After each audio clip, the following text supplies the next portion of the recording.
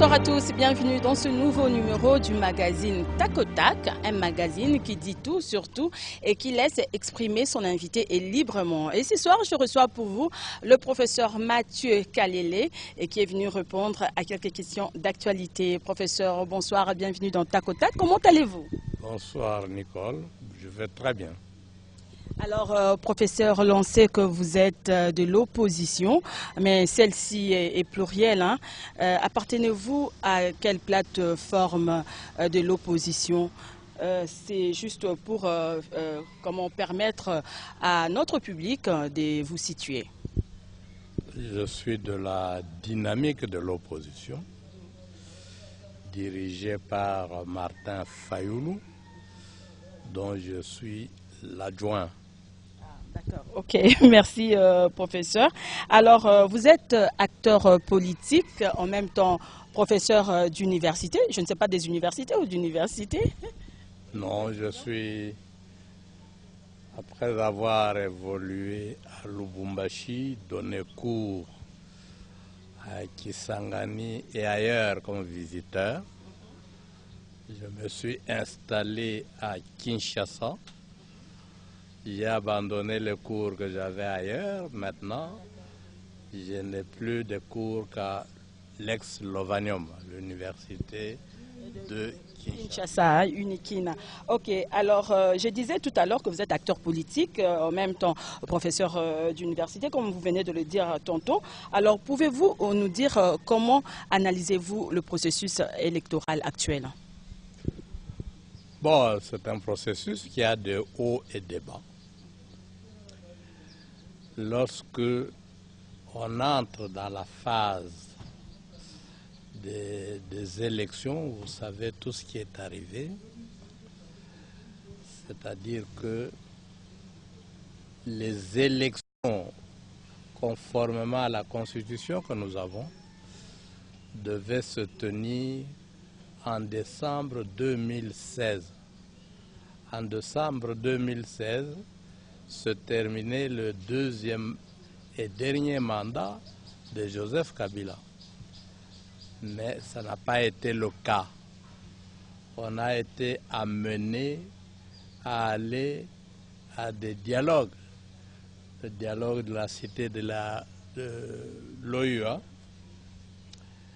qui a accepté un glissement de 2 ans pour Joseph Kabila, qui a été contesté par une autre partie de l'opposition. On est allé au dialogue de la CENCO, du centre interdiocésain. On a réduit ce glissement-là d'une année. Donc les élections devaient se tenir en décembre 2017. On a signé un accord. On a posé des préalables. La libération des prisonniers politiques, la libération des médias, etc., etc. Et ça a été fait? Ça n'a pas du tout été fait. Lorsqu'on arrive fin 2017, il y a des tiraillements jusqu'au moment où les États-Unis envoient une émissaire qui prolonge unilatéralement ce glissement jusqu'en 2018. Nous sommes en 2018. Mais peut-être ce que beaucoup de gens ne savent pas,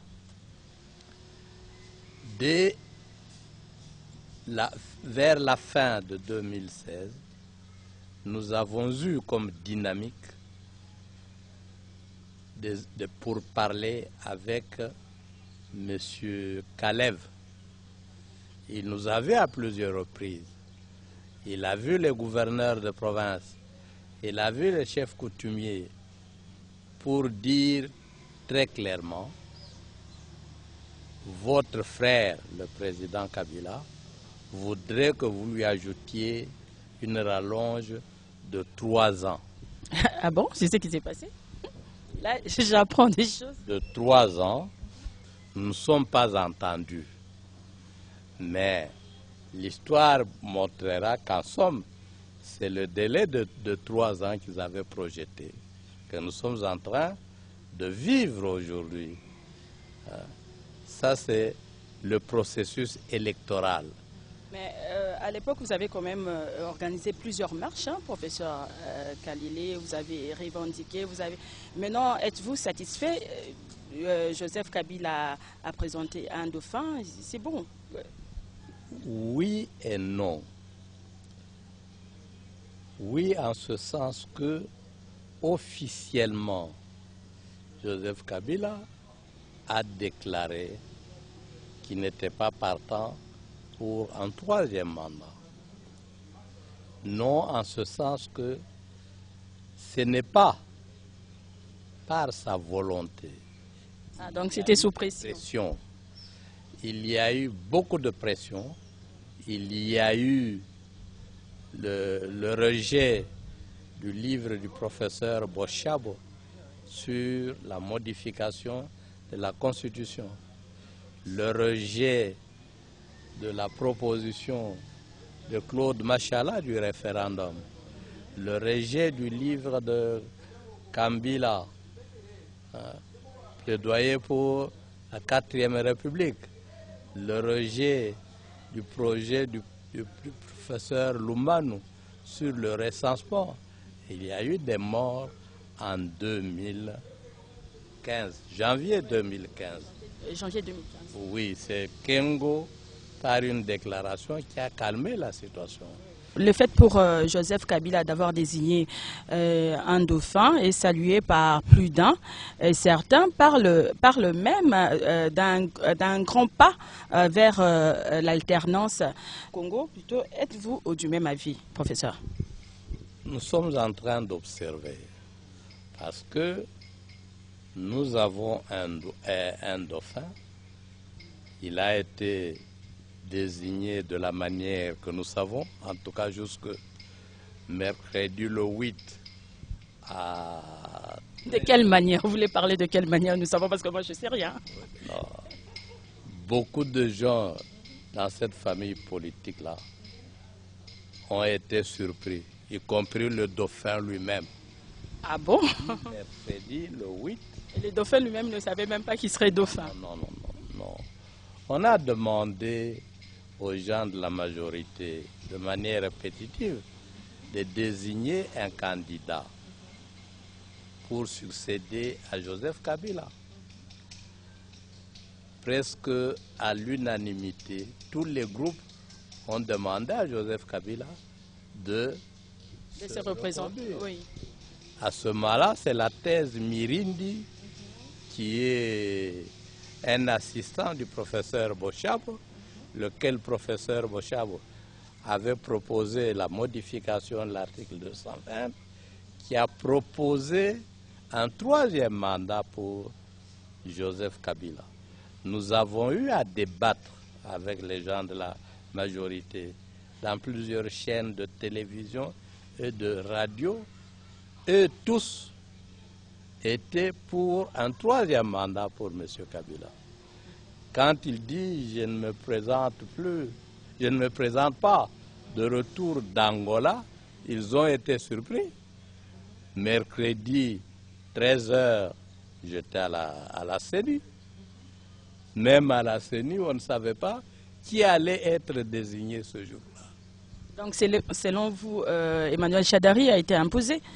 En tout cas, d'après les faits, oui, parce qu'il n'y a pas eu un débat au cours d'une réunion de cette famille politique autour... Ils sont allés à Kingakati plusieurs fois, il y avait des réunions. C'était pas pour se regarder. C'est sûr qu'ils...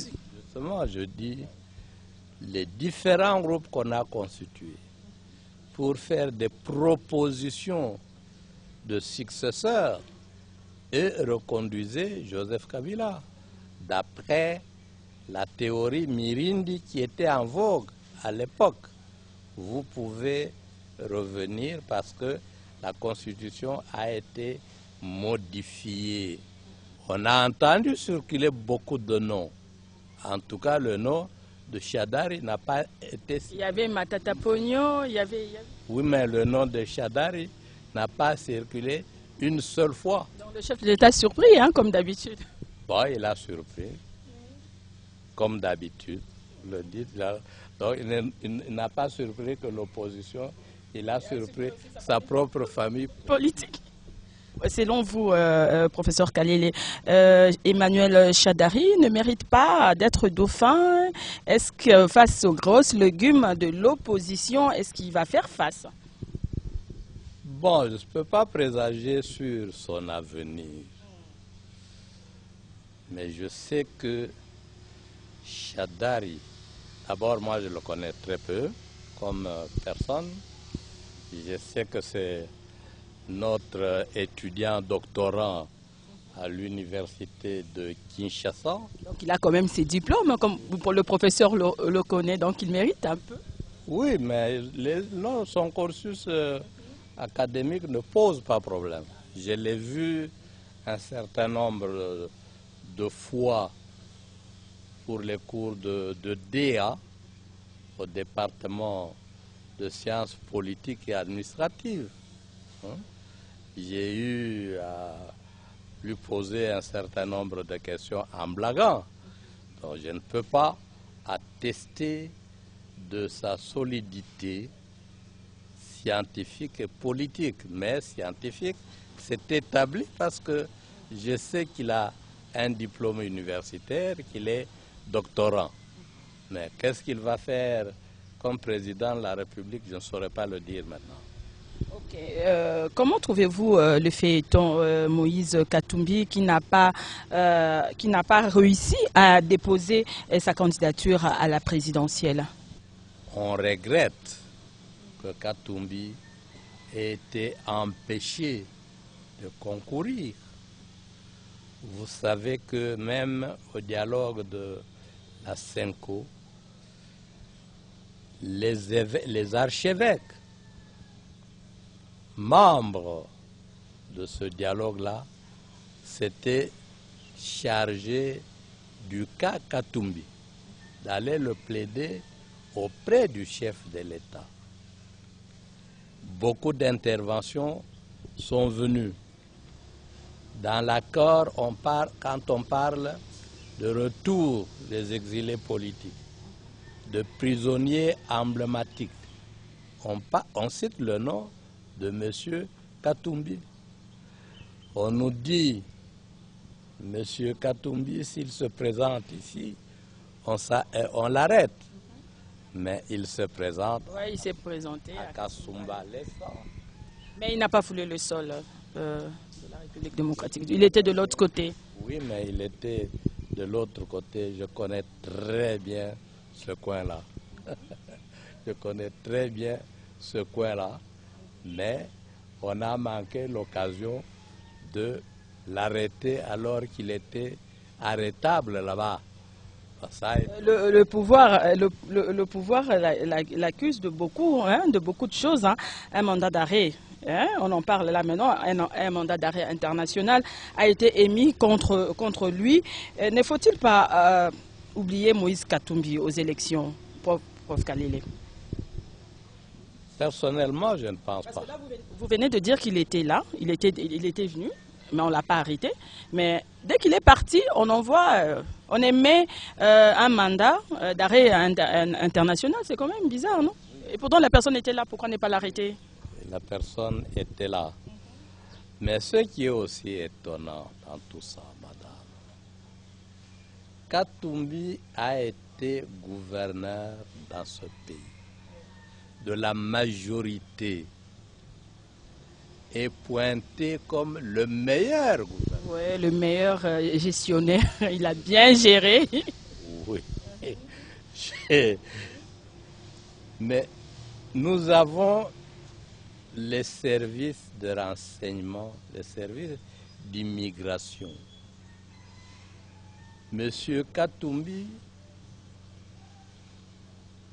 a géré, il s'est présenté comme candidat député et provincial et national. Il a gagné les deux élections, il y a dans la majorité des gens qui sont devenus députés avec le surplus des voix de Katumbi. Tout ça, nous savons. On ne peut pas nous convaincre que jusqu'à ce moment-là, nos services ne savaient pas qu'il était italien. Qu'il était italien ou qu'il était grec ou qu'il était français, chinois. Ce n'est pas très sérieux ce qui se fait. Que le problème de maison, je m'excuse beaucoup. Moi, je suis né, j'ai grandi à Lubumbashi. J'ai fait mes études universitaires. Pendant qu'on y est, prof, vous êtes congolais à 100%? Parce que double national, c'est tout le monde. Même dans tous les arrière-grand-père et mère. C'est-à-dire que je connais cette famille-là depuis l'enfance. Mais je connais plus son grand frère, KTB. J'avais une chambre froide, pratiquement la seule à Lubumbashi, qui fournissait du poisson Mikebuka et à la Jekamine et à la SFCZ. C'est une famille très connue. Un de mes enfants jouait dans l'équipe cadet de KTB. Et j'avais des rapports de ce côté-là avec les autres, mais on ne parlait pas encore politique à l'époque. Mais je doute fort que l'on nous convainque, nous, que Katumbi a spolié une maison. Parce que dernièrement encore, j'étais à Lubumbashi, je ne vois pas au regard des biens que je connais, des biens mobiliers que je connais de Katumbi, je ne le vois pas spolier une vieille maison d'un vieux grec et être incapable de rembourser cette affaire-là. Non, c'est des histoires qui ne tiennent pas debout. Enfin, la juge, c'était une dame qui était chargée de se prononcer, elle a déclaré, elle a fui même le pays, qu'on l'a forcé de condamner Katumbi. C'est aussi connu. Donc les accusations là, ça ne tient pas la route. Ça ne tient pas, ce sont des histoires ou bien ce sont des conflits peut-être personnels ou ce n'est plus politique? Leur tiraillement, c'est à partir du moment où Katumbi parle d'un troisième faux pénalty. Jusque-là, ils s'entendaient très bien. Il doit y avoir des choses que nous, on ne connaît pas, que eux-mêmes, les deux là, connaissent. Nous finirons par le savoir, parce que les accusations, les dénégations, etc., ça semble être flou. Oui, ça semble être flou. Tout finit toujours par s'y savoir un jour. L'avenir nous le dira. Mais beaucoup de katumbistes disent que si Moïse Katumbi ne participe pas aux élections comme candidat, il n'y aura pas élection. Comment trouvez-vous cette déclaration, professeur? Rapidement. Mais moi, je suis membre du rassemblement où les gens, les G7 siègent. Le G7 a fait effectivement cette déclaration-là. Notre plan A, c'est Katumbi. Plan B, c'est Katumbi. Plan C, c'est Katumbi. N'est-ce pas?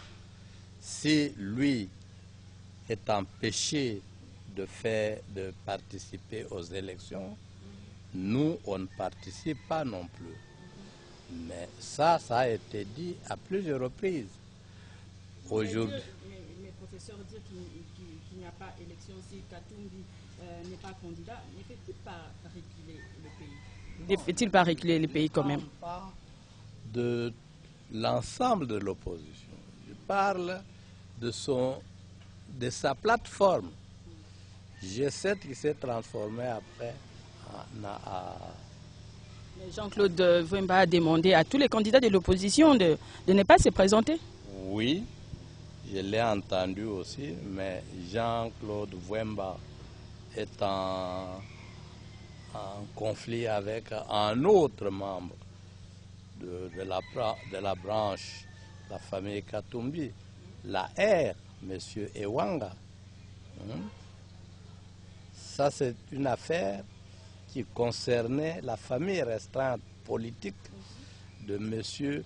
Katumbi. Nous voulions voir comment, jusqu'où l'ensemble irait dans le soutien du président de l'ensemble qui est Moïse Katumbi.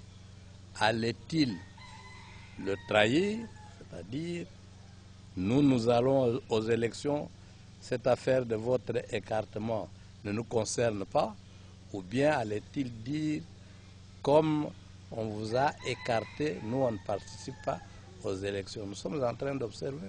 Mais Prof Kallé, le pays doit quand même aller de l'avant, hein, puisqu'il y a un dauphin. Ne faut-il pas aller aux élections au lieu de perdre le temps avec l'affaire Katumbi? Non, on ne perd pas le temps avec l'affaire Katumbi. Parce qu'il y a Katumbi ici, Katumbi quand même. Non, non, non. On doit passer outre, puisqu'il n'est pas candidat. Non. On a déjà clôturé. Si on va comme ça ne fera pas sérieux. Prenons l'histoire. Ça, c'est faire reculer les choses. Non, non. Malheureusement, il y a des cours d'histoire, il y a des départements d'histoire. Pour l'indépendance du Congo, tous les grands leaders à l'époque sont à la table ronde à Bruxelles. Il faut siéger pour délibérer. Mais les gens qui étaient là, qui étaient moins instruits et moins expérimentés que nous maintenant, ont exigé la présence de Lumumba. Mais Lumumba était en prison à Buluo, une prison souterraine, par solidarité. Vous voulez dire que le passé nous rattrape, hein? On a exigé à l'époque la libération de Lumumba, et là maintenant c'est Katumbi. On exige aujourd'hui la libération de Katumbi. Je crois que ce n'est que justice. D'autant plus que ça a été posé comme préalable au dialogue de la CENCO. C'est que la communauté internationale, les prêtres y compris, tout le monde réclame cette affaire-là. Nous allons marquer une pause à présent pour passer à notre première rubrique, la Libre Info, et nous reviendrons juste après. Je suis légaliste, donc j'ai fait un recours au Conseil d'État. J'attends, donc la fois que lors du jugement, je vais retourner au pays, aller postuler. Le combat va continuer parce que je n'ai rien fait. M. Kabila veut se choisir ses candidats et il utilise la justice pour priver les autres candidats à postuler. Et aussi, là, il ne veut pas d'inclusivité. Il veut se choisir ses propres candidats, des candidats faibles. Et mon combat d'abord, c'était que Kabila ne marque pas le troisième faux penalty. Et je suis très content aujourd'hui, au moins, on sait qu'il y a mes frères congolais qui sont candidats, mais ce que je demande, qu'on ne puisse pas exclure encore d'autres candidats, parce que Kabila a peur de poids lourds de l'opposition. Pas une surprise, je savais qu'il allait lâcher vers la fin, mais c'est triste parce qu'il part après 2 ans, il nous laisse des fausses communes à Kinshasa, au Kasaï, un peu partout. Il y a des gens qui sont morts inutilement. S'il était parti au mois de décembre 2016, il serait le père de la démocratie congolaise. Aujourd'hui, il a raté d'être le père de la démocratie. Il n'y aura pas d'élections transparentes et nous n'allons pas accepter n'importe quelle élection. D'abord, la machine à voter n'est pas dans la loi électorale. Cette machine à voter va créer beaucoup de problèmes, va créer beaucoup d'instabilité même dans la sous-région. Pour moi, le plus important, c'est quoi? Je vais me battre jusqu'à la fin parce que je sais ce que je suis en train de faire. Je n'ai rien fait. Tous ces procès, ce sont des mascarades. De toutes les façons, au niveau de l'opposition, nous allons nous mettre ensemble discuter d'un candidat de l'opposition parce que les élections se jouent à un seul tour. Si on choisit Félix Tshisekedi ou Jean-Pierre Bemba par la majorité des opposants, je vais les supporter. Si c'est moi, si j'arrive à déposer ma candidature, ça sera vice-versa. Donc pour moi, le plus important, c'est d'avoir un candidat commun de l'opposition. C'est lui qui va nous faire gagner les élections. Et voilà, de retour sur ce plateau pour la deuxième partie de notre émission. Professeur Kalele, la machine à voter, parlons-en. Vous la rejetez et vous aussi? Oui. Et pourquoi? Je rejette pour les mêmes raisons. D'abord, ce n'est pas légal. Ensuite, et surtout, en matière d'élection, il faut un consensus. Les deux familles politiques devaient se mettre d'accord sur les principes. Vous savez qu'en 2011, beaucoup de Congolais n'ont pas voté. Soit que les bureaux étaient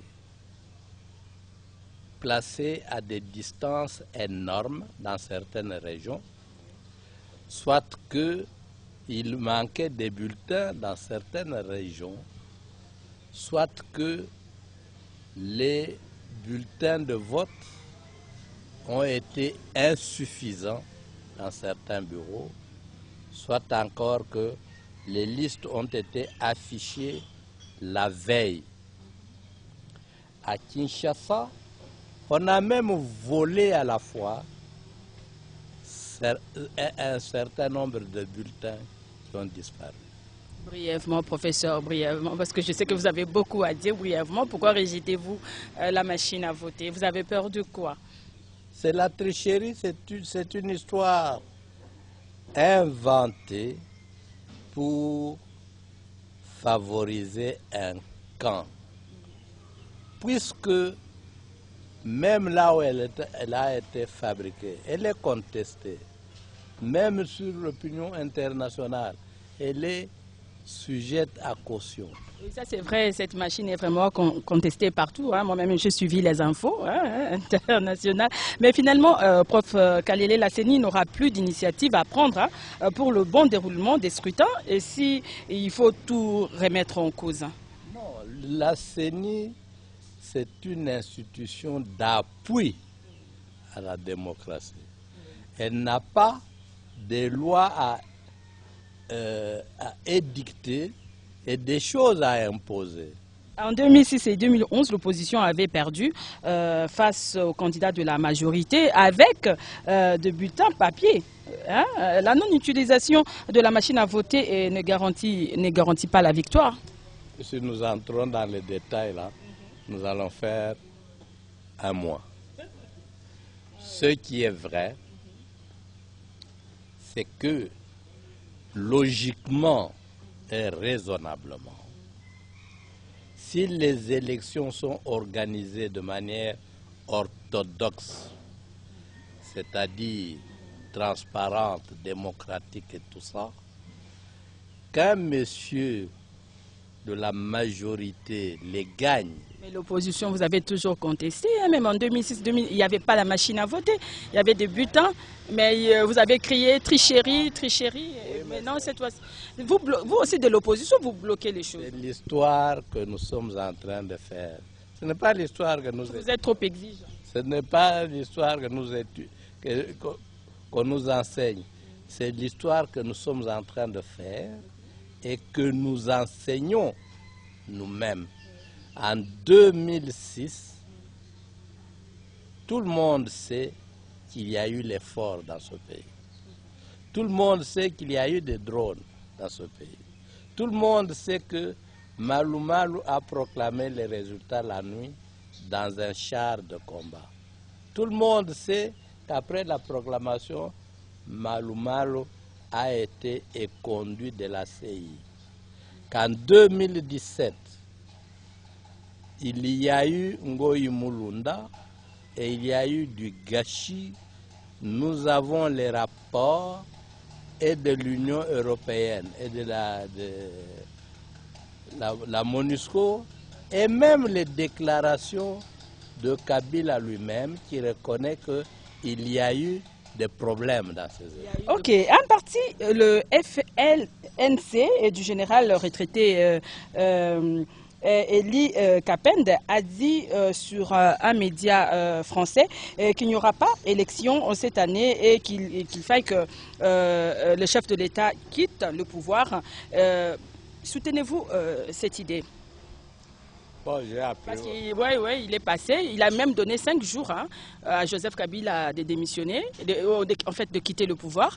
Mais il paraît 48 heures après, il a été arrêté. Bon, on ne sait pas, ça reste à vérifier. J'ai appris aussi ce matin qu'il a été arrêté. Par principe, et même dans la Constitution, nous avions convenu d'exclure la possibilité de recourir à la force pour prendre le pouvoir et de nous engouffrer tous dans la voie des élections. Mais la même Constitution nous enjoint en son article 64 que si quelqu'un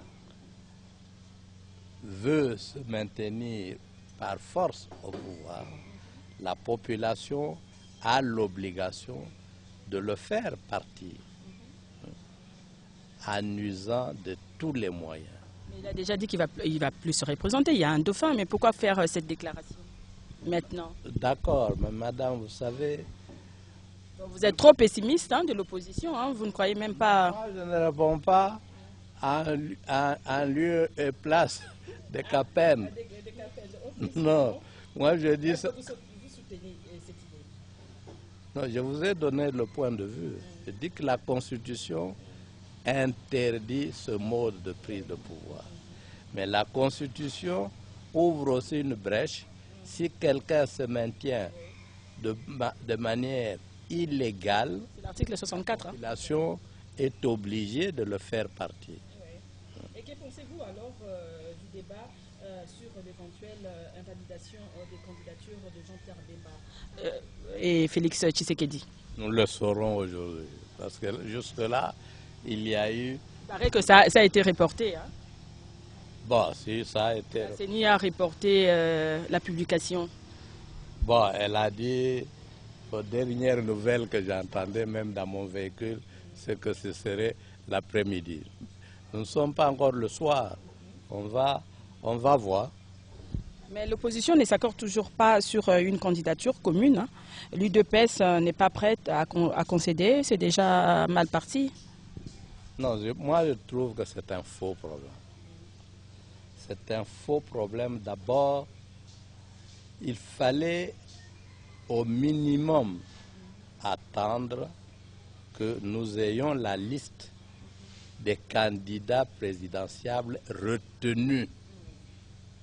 À ce moment-là, on a des noms, on a des choses concrètes et on discute. 2, je dis que c'est un faux problème parce que on a vu en 2008 comme en 2011, il y avait beaucoup de candidats. Il ne faut pas qu'on accrédite la thèse qu'en 2008, en 2006, Kabila est passé parce que l'opposition est allée en ordre dispersé. C'est faux. Comme en jusque-là, pas de candidature commune. Échec de l'opposition devant le candidat du FCC. Bemba en 2006 est passé. Tshisekedi en 2011 est passé. Les autres sont passés par tricherie. Tout le monde le sait. Maintenant, je répète ce que je dis. On n'a pas, au moins à mon niveau, de préjugés en faveur ou en défaveur de tel ou tel. Si en 2008, en 2018, c'est Chadari qui passe et qu'il est établi, qu'il est passé normalement, il sera notre président. Mais si c'est par tricherie, ça posera des problèmes. Nous avons eu des élections en 2008, en 2011. Ça donnait quoi à la population du point de vue de son vécu quotidien? On a eu des élections à Brazzaville ici. On a eu des élections au Tchad. On a eu des élections en Ouganda, etc. Les élections en Afrique, de manière générale, débouchent sur quoi en ce qui concerne l'amélioration du vécu quotidien des Congolais? C'est toujours le même problème qui revient. Prof Kalele, et vous-même, croyez-vous à ces élections? Auront-elles lieu? Rapidement. Vous n'avez que quelques secondes. Non, je dis, je souhaite qu'elles aient lieu, mais proprement. Ok, merci. Nous allons passer à notre deuxième rubrique, Seul face au miroir, et nous reviendrons juste après. Bien, je découvre quelque chose de nouveau. Je sais qu'actuellement, il y a à travers le monde la recherche d'un nouvel inventaire dans la lignée d'Albert Einstein. Chez Nicole, c'est tout à fait original. Je suis seul devant un miroir. C'est la première fois que j'assiste à cette scène-là. Je veux me battre pour qu'on lui décerne un certificat d'invention dans la presse. Lorsque vous parlez de vous-même, que vous vous louez, on ne vous fait pas confiance. On ne vous croit pas. Je crois ce que nous sommes, le livre que nous écrivons chaque jour, c'est les actes que nous posons, ce qu'on appelle le CV, la biographie d'un individu. Le professeur Kalele est connu d'un certain nombre de gens. Il a formé beaucoup d'étudiants à Lubumbashi, à Kisangani en visiting, sur place ici dans beaucoup d'universités, y compris les universités des prêtres. Il a donné beaucoup de conférences. Il évolue dans le monde politique. On l'a entendu réfléchir sur les plateaux de télévision, de radio. On l'a vu tenir des conférences à l'étranger. Bon, les gens qui ont jugé, c'est eux qui pourront dire si le professeur Kalele est sérieux ou s'il n'est pas sérieux en faisant la sommation des actes qu'il a posés pendant tout son parcours là. Est-ce qu'ils sont conformes à ses paroles? Et bien voilà, de retour sur ce plateau. Alors, prof Kalele, dites-nous quel effet ça fait de parler devant un miroir? Rapidement, hein? Juste une seconde. Moi, c'est bon. On se regarde, on se voit. Ok, alors professeur, une petite question, puisque vous êtes professeur, vous savez que l'enseignement est critiqué, surtout le point de nos jours. À Kinshasa, il y a même le ministre de l'ESU qui a demandé à ce qu'on puisse supprimer l'examen d'État parce que selon lui, 80% des détenteurs de ces diplômes ne méritaient pas. Est-ce que c'est le cas aussi à votre niveau là-bas à l'université? Non, nous savons que le système d'enseignement depuis la maternelle jusqu'à l'université, pose problème. Comme également tous les autres secteurs, le secteur médical, ça pose problème. Mais je ne crois pas qu'on aille dans le sens de ça pose problème, donc on supprime. Nous avons commencé, après l'accession à l'indépendance, avec le système de CO. Ça n'a pas marché, on a dit on supprime. Bon, maintenant, ça ne marche pas, il y a la corruption, il y a le trafic d'influence, il y a, etc. Il paraît même jusque chez vous là-bas, il y a des étudiants qui achètent les diplômes, qui n'assistent même pas aux cours, qui ne viennent pas, mais à la fin, ils ont un diplôme à licence, graduat, tout ça. Je le sais, mais lorsque le professeur Koutoumissa était ministre de l'enseignement supérieur et universitaire, il a essayé ce contrôle à l'ISTEM. On a dû rétrograder des gens qui étaient en licence pour qu'ils rentrent en premier graduat à cause du phénomène que vous évoquez. Koutoumissa a même écrit un livre sur la corruption et la tricherie à l'université. Mais qu'est-ce qu'il faut faire rapidement pour pallier à cette situation? Non, je crois que le problème est d'ordre politique. Parce qu'il ne concerne pas qu'un seul secteur, il concerne tous les secteurs. Il doit être résolu politiquement. Il a des implications économiques, le manque de motivation des enseignants.